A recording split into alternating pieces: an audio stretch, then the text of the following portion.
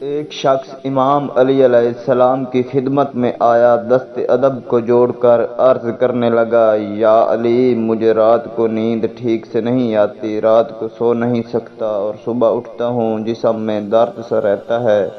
جب وہ شخص اپنا درد بیان کر چکا تھا تو امام علی علیہ السلام نے فرمایا، اے شخص، یاد رکھنا، اگر تم رات کو پانی پیتے ہو تو پانی پینا بند کر دو، کیونکہ ایسا کرنا صحت کے لیے انتہائی مناسب ہے۔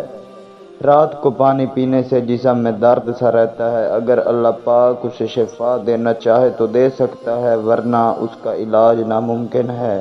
امام علی علیہ السلام نے فرمایا، قرآن اللہ کی خاموش کتاب ہے اور میں اللہ کی بولتی ہوئی کتاب ہوں۔ امام علی علیہ السلام نے فرمایا، ہر آنے والا پلٹنے والا ہے، اور جو پلٹ جاتا ہے وہ ایسے ہو جاتا ہے جیسے کبھی تھا ہی نہیں۔